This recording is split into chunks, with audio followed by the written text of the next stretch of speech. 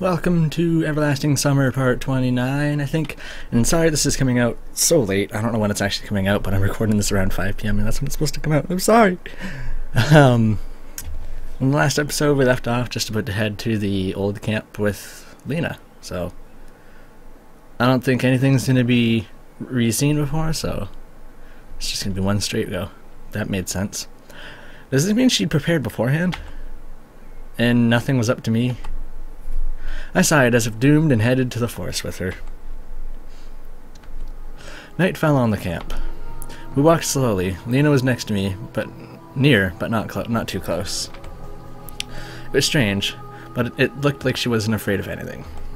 Moreover, she didn't seem to be bothered much about what we were doing, as if we weren't walking in the forest at night, but just watching a movie with other people playing leading roles. Actually, electronics said the old camp was not too far, and if we walked straight to it, then it would be hard to get lost. After a few minutes, I was completely unsure that we were walking straight, and after a few more, it started to seem that it would be a miracle for us even to get out of here. But I didn't want to lose face before Lena, so I tried to walk cheerfully. The forest was full of silent, flickering shadows and gleaming moonbeams. The grass quietly rustled under our feet, and the branches rustled over our heads. Old oaks stood next to young birches. Long mushrooms emerged from under the latter, as if taking off their large hats in salute.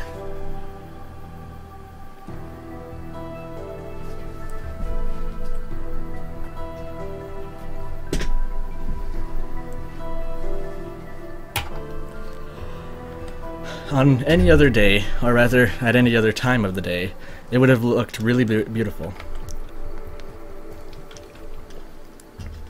It may be safe at night too, but nevertheless, I shuddered at each gust of wind. Look! Lena pointed forward. I rubbed my eyes and saw a gap between the trees. In a minute, we were in a rather large clearing. In the middle of it stood a building, which looked like a village school or a kindergarten. The paint was falling off the walls. There were several holes in the roof, like the aftermath of a bombing, and the glassless windows looked at us sadly and a little threateningly. It was not a very pleasant sight. If I could remember how I had imagined this place a moment ago, it was like all the images had been erased from my memory, replaced by this depressing graveyard view. Well, it's creepy. Lena was still standing silently, but a natural expression of fright appeared on her face. Do you think he's in there? I have no idea. If I was Shurik, then a haunted house would be the last place I'd hide in. Shall we go? Fades out of existence. I didn't answer. I didn't manage to answer. The moon appeared from behind the clouds and illuminated the clearing with new colors. Actually, in one color, the white of the grave. I could see more clearly the distant trees, the mist shrouding them. It felt like the temperature dropped several degrees, making me shiver. Are you afraid? Lena asked calmly. Honestly? She smiled almost imperceptibly and took my hand. It would have caused a storm of emotions in any other situation, but at the time it felt like a basic necessity. We slowly walked to the building.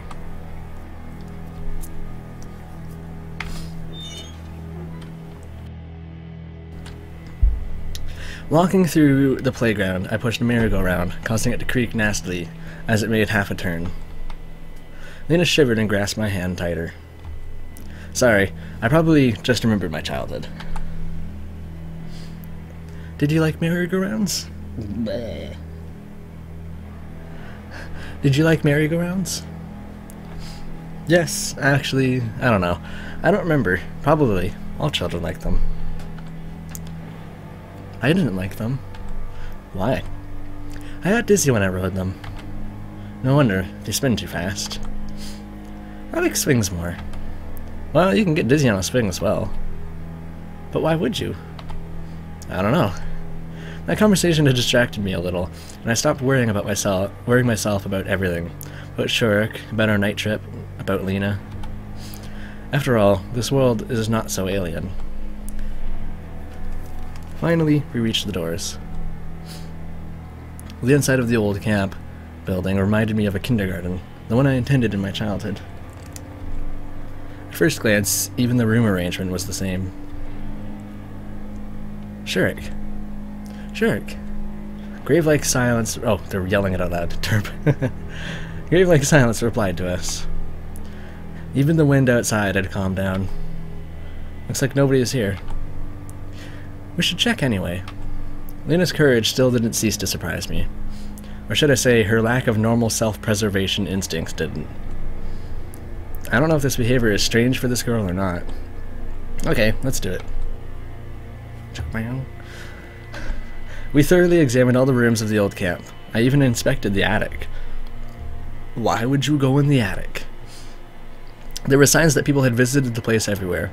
Newspapers, empty bottles, and other garbage, but there was no sign of Shurik. We returned to the hall where we had started our search. What should we do next? I have no idea. Lena sat on the steps and stared at her feet. I think we should go back. I began carefully. It's late, and can just the two of us really search the entire forest for him? You may be right. She looked sad, and her expression let me know that the search was not over yet. Well, I am. What am I replying to? I forgot already. Oh, I'm replying to that. Yep, that I may be right. I waved my hands in resignation and sat next to her. We should think about the worst outcome. No, you shouldn't. Are you saying... No, but are there any wild animals around? I doubt it. Lena calmed down at once. He may be sleeping somewhere. He'll wake up in the morning and return to the camp. Yes, of course. I jumped to my feet and started to walk in circles around the hall. I really wanted to leave this place, to get out from the forest, but it was as if Lena's behavior was keeping me here. I wanted to go on trying to persuade her, but then I noticed something on the floor. It was a trapdoor. There were little heaps of garbage and dust around it. Must have been opened recently. Look. Do you think Shurik is there? Lena squatted and carefully pulled on the hatch's handle. It may not be Shurik, but someone surely used it recently. I'd already regretted finding the damn gate to hell. That damn gate to hell. Let's check it out. The trapdoor wasn't very heavy, so you could open it without much effort. I directed the flashlight into it, and saw a ladder going down a couple of meters. Looks like a cellar. Let's go down. I looked at Lena for a few moments, trying to understand what was on her mind. Did she have a craving for adventure like Ileana? So where is her youthful spirit then? Or maybe she was just a bit nuts. Lena didn't seem like a crazy person. But anyway, who even said she really is a human, and you can... Who even said she's really human and you can evaluate her with human behavioral logic? That thought should have scared me, but somehow I didn't pay any attention among the millions of other thoughts. Some of them were more important. For example, what could be down there? Us. I climbed down and looked around. Everything's okay. I made sure that there was nothing to be afraid of. I called Lena. After I made sure, I called Lena. We stood in the long corridor, which certainly wasn't a cellar. Its architecture more resembled KGB dungeons, or a subway maintenance tunnel. I don't know which would be better. Probably the subway. Are subways that bad in Russia? There were countless wires along the walls, fastened by metal hooks every half a meter. There were lamps under the ceiling, covered by rusted shades. Crumbled concrete crunched under our feet unpleasantly. Shall we go? Lena, without any emotion. Said Lena without any emotion. Where to? There? Well, yes. What if Shurik is there? What would he be doing there? In any case, I wasn't really able to refuse her today, so we forgot about our fear and headed into the darkness. Lena walked next to me, holding my hand. The silence of the dungeon was interrupted only by the sound of our steps and water dripping from the ceiling. We moved forward slowly, maybe too slowly. I suddenly felt a surge of claustrophobia. I gritted my teeth and squeezed the torch, but loosened my grip at once, fearful of breaking our only source of light. Lena kept silent, and her silence seemed louder than any words. I started to fear. Say something. Door. What? There's a door. She pointed forward. We came to a massive metal door with a biohazard sign. Looks like a bomb shelter. Yes, I'd heard something about it. Why is it here? I have no idea. Maybe because of the Cuban Missile Crisis. So this is after the... What? What was that, like the 70s, 80s, 70s, 80s? And this is old. I mean, like, this is like the 90s or 2000s. What? Cell phones existed in that time. They were crappy, but they existed. Hell, they existed in the night. Whatever. Cuban? I estimated the approximate time of constructing the camp. Makes sense. Maybe there's something in history I'm not knowing about, but I thought that was when Russia was in Cuba, and America was not threatening attack, but, well, sort of threatening attack, right? I don't know. However, building a bomb shelter here was like building an airport at Faggot in Northumberland, or Lacock in Wiltshire in the UK. What? It wasn't deep enough and too far from civilization. The door wheel dully creaked. I had to push it with all my strength before it turned a couple of times. I made up my mind and opened the door with difficulty. We entered the room, which seemed to be the main living quarters. There were some beds, cases, some scientific equipment. They had been thoroughly prepared for a nuclear apocalypse. We didn't find any signs of Shurik there, though. Look! Lena was holding a flare gun and smiling. Why would I need it? To fight monsters. There are no monsters here. At least I wanted to believe that. If you say so. I guarantee it. I didn't want to upset her, so I tucked the flare gun into my belt. It might come in handy. We thoroughly searched the room once again. There were two exits. The first was the door we had entered. The other one was another door, exactly the same, on the left wall. For a moment, I felt excitement, the urge to reach the end of this labyrinth, and to learn what prize awaited me there. However, this surely wasn't a computer game, and there's no option to save. Maybe with this. Lena offered me a rather big crowbar.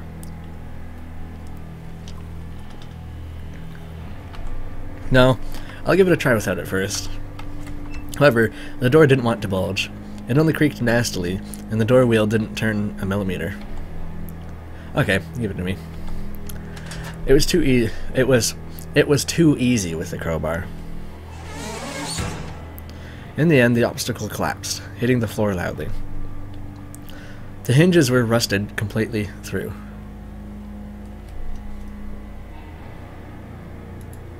My Xbox controller software was complaining that it turned itself off. How did Shurik get through that door then? I pointed the flashlight into the passageway. There was a corridor just like the one we had come here through. Let's go? It was like Lena was constantly driving me on. Where were you rushing to? Me? I'm not. She blushed in confusion. Again, what should I make of her? First she doesn't fear a thing, then she gets lost after a word. You look like you don't fear anything. I don't know. What should I fear? You will protect me anyway. She added, barely audibly. So Lena is counting on me. She believes in me no matter what. It's possible. Stupid, naive, but possible. I knew clearly that I couldn't protect anyone, even myself. Nothing is up to me in this world. The powers that brought me here could do anything. That didn't exactly mean that inevitable death awaited me in the end of the tunnel. It could be lying in wait anywhere in this camp. Let's go. I tried to walk faster, but Lena seemed to not be bothered by that, and she easily kept pace with me. This corridor was exactly the same as the previous one, in every last detail. There was nothing shocking about it, but at some point I got the feeling that we were walking in circles. The flashlight in my hand started to tremble visibly. The spot of light jumped all over the walls and the floor, and suddenly it lit up a rather big hole. The hole wasn't too deep, and down below we could see rails. What's down there? Looks like a mine. Shall we have a look? Why not go further along the corridor? I don't know, it looks like the corridor ends. I don't know, I think we should go down there. I estimated the height. It would be possible to pull ourselves out. Okay, let's check it out. I jumped down the hole and helped Lena get down. It really was a mine. Wonder what they could have mined here. What minerals are there in this area? I don't know. Well, yeah, stupid question. Looks like there are none now. We headed into the darkness. It was hard to walk because I couldn't choose where I trod. Wobbly wooden planks or uneven ground. I wasn't able to stick close to the walls either. The narrowness of the tunnel forced us to stay between the rails, and I didn't want to let go of Lena's hand. Finally, we reached a fork. Just great. Where should we go? Where? I'm not sure. I'm not certain that we'll be able to get out of here at all, especially if we're going to play Pac-Man. Play what? Never mind, we'll get lost. Pac-Man existed at this time, even in the 80s. Right? Yeah. Arcades were way older than, like, the NES. Yeah. What if there's an exit, too? There may be one. And what if there isn't? So, should we go back? I bit my lip till it bled and yelled as loud as I could. Shurik! The loud echo rebounded from it. I would have yelled that, but everyone's home, so I'm not going to do that. From every direction at once. Soil even fell from the ceiling in some places. See? Then I will go alone. What? I grinned stupidly. Alone? Where to? We must find Shurik. He may be... Lena blushed at once and stared at the ground. No, that won't do. If we go together. Okay, then let's go. She smiled and took my hand. How does she manage that? But first we should... I took a sharp stone from the ground and scratched a cross on one of the beams, which supported the walls. Now we will know where we started. Alright, time for this. Seems as though there's another fork in the road. Go right. Another fork in the road. Right. Can't I just choose to skip these? It's not going to be different. You can skip the card game.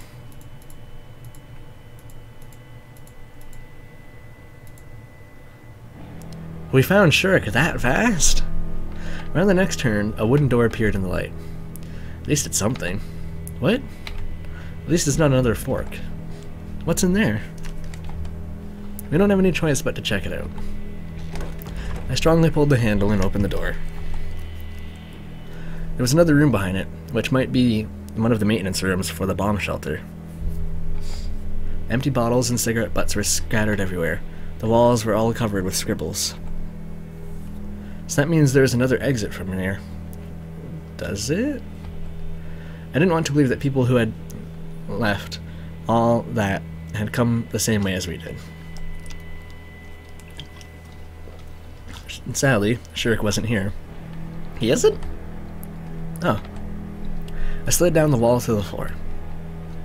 We must have been everywhere now. Not everywhere. Lena pointed to a door in the corridor. It looked similar to the one leading into the bomb shelter. There probably should be an exit, as you said. Shall we go? Let's rest for a moment. Okay.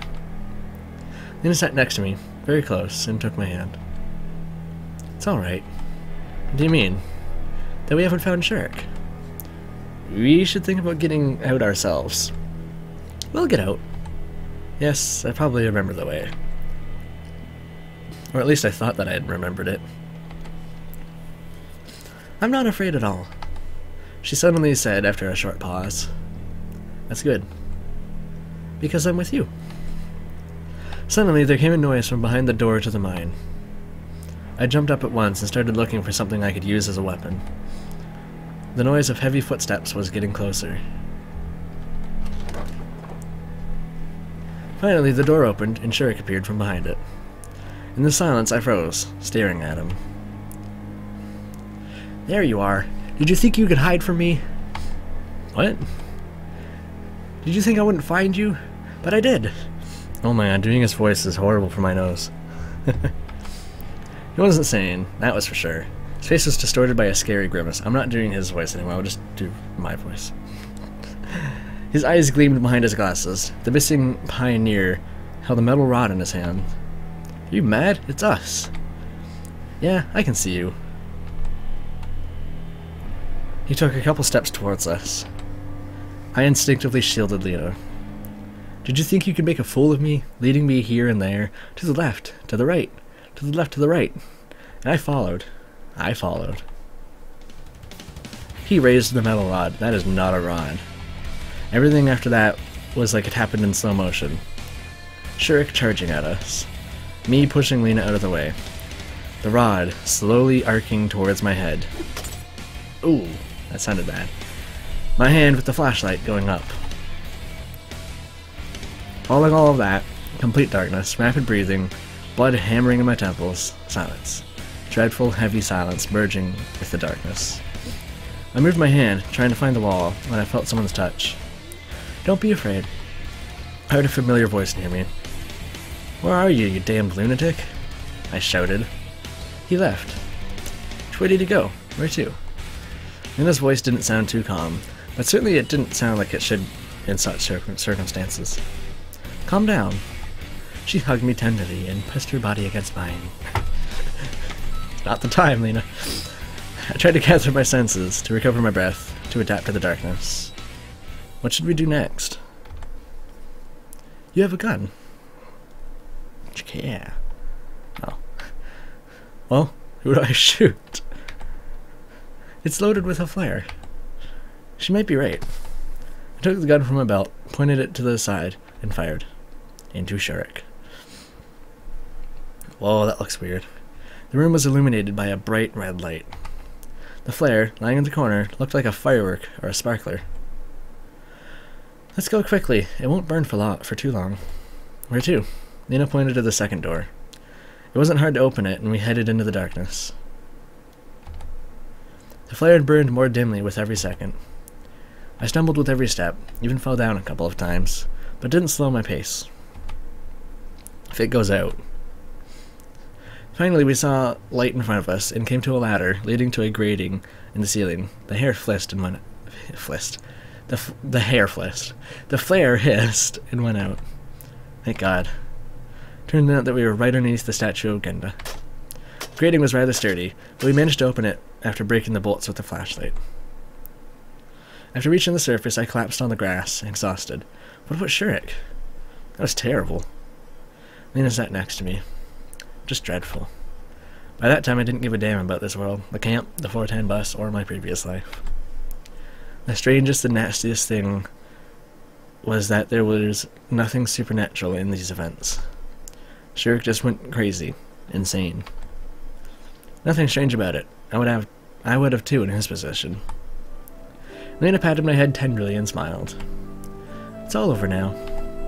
I don't know, there's a crazy pioneer in the woods. You could even say a maniac killer. I think he's gonna be alright. Alright? I'm not sure about that. The most important thing is that we're okay. Sorry, moving my microphone. She still smiled. How can you be so calm? I told you before that I have nothing to be afraid of when I'm with you. Aww. Indeed, I might have saved Lena and myself back there. But it was only by chance, nothing more. If Shurik had been swifter, or crazier. Thanks for the compliment. You're welcome. No, we still should have stayed here in the first place. You're probably that word, I hate that word. You're probably right, she said calmly. I got really sleepy, because of the stress, of exhaustion, of how late at night it was. We should go to sleep. but I'd have to stand up and walk to the leader's cabin. I wasn't ready for that. My eyes closed, just for a moment. Stars looked down at me from the sky. Thousands of them, even millions. Now their light didn't seem to be so distant and cold. On the contrary, they twinkled to me, as if whispering among themselves, telling merry fairy tales in eager competition. About a galaxy far, far away, and violet, fluffy piglets. About... what? About mysterious asteroid belts where ships have disappeared. About a fearless starship captain and his brave crew. About exceptional treasures and unreachable peaks of a planet on the edge of the universe. Wonder, is that a dream? Plot twist, your name is actually George Lucas. I lifted myself a little and realized that my head was in Lena's lap. Did I sleep long? I asked in confusion, but didn't rush to get up. I don't know. I don't have a watch. She laughed. Approximately? Well, maybe 20 minutes. Ah, that's okay then. I lay down again, feeling nice and calm like never before. The events of the night were becoming distant, as if I was starting to forget them, like the story the stars were telling me. Shurik has come back. What? I jumped to my feet, on my feet instantly. There he is, sleeping on the bench. Lena pointed to the benches in surprise. And what are you? You were sleeping so peacefully that I didn't want to wake you up. Oh my god, Sethbling just uploaded a video. Liar. Impossible. Blasphemy. Okay. I felt a shiver of fear, because such behavior was not just strange. It was not just inappropriate. It scared me more than Shurik's insanity in the dungeon. A lunatic who half an hour ago tried to kill us arrives, lies on a nearby bench and falls asleep, and she just sits here. Nothing to worry about, he just seemed to be a little off. Lena got confused and blushed. He walked unsteadily and didn't look towards us, and if I'd made a noise... She was about to cry. Okay, don't worry. There was some logic to her words. She probably did the right thing. In any case, we had to interrogate Shurik thoroughly. I jumped up, walked quickly to the bench he was sleeping on, and slapped him. Ouch. He woke up at once. The hell? What are you doing, you bastard? What? Shurik stared at me with a scared and, moreover, sane look. What was that all about down there? What? Where? In the dungeon, in the mine, in the bomb shelter. Did you go completely nuts? I don't understand you. He looked around. Why am I here? And where should you be, in your opinion? No, I know. You should be in an insane asylum. In an asylum, not just an insane asylum. Okay, fine. I went to the old camp in the morning for spare parts, and then... Don't you remember anything after that? Lena asked after walking up to us. Yes, and I... Don't pretend. I said calmly and sat next to him. It really looked like he was lying, though. Like he was lying, though. I don't understand anything. It's unscientific. Who cares? I don't think that I trust you. Memory loss can't occur just... Shurik talked to himself, mumbling something, not paying us any attention. Let's go, Lena said quietly. Should we just leave him here? He's not in his right mind. He has to sleep. It's dangerous to leave this cycle alone. He may strangle electronic with an induction coil in the night. It's gonna be alright. Trust me. I had no reason to not to trust her. However, I didn't have any reason to trust her either. That's not... No, trust is a one-way road. You either trust a person or you don't trust them. There's no in-between mode. On the other hand, who cares now? I wanted to fall asleep as quickly as possible. Okay. We left Shurik, who is still mumbling something to himself. We're here. What? Where? I have to go further on. Lena smiled. I hadn't thought about anything all the way here. Just followed her. I hadn't noticed that we'd come to Olga's cabin. Yes. Thank you for today. There's nothing to thank me for. It's just good that we came back alive. We'll see what Shurik has to say tomorrow. Thanks anyway. She said mysteriously and averted her eyes. What do you mean, mysteriously? How do you say that mysteriously? You're welcome. Well, it's time for me to go.